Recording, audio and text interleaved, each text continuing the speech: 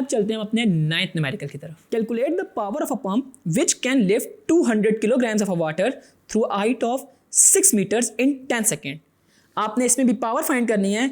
आपके पास मैस है 200 kilograms, height है आपके पास 6 मीटर्स और टाइम है आपके पास 10 सेकेंड। और आपने फाइंड करनी है पावर। पावर का फार्मूला आपको पता होना चाहिए कि power is equal to work done per unit time.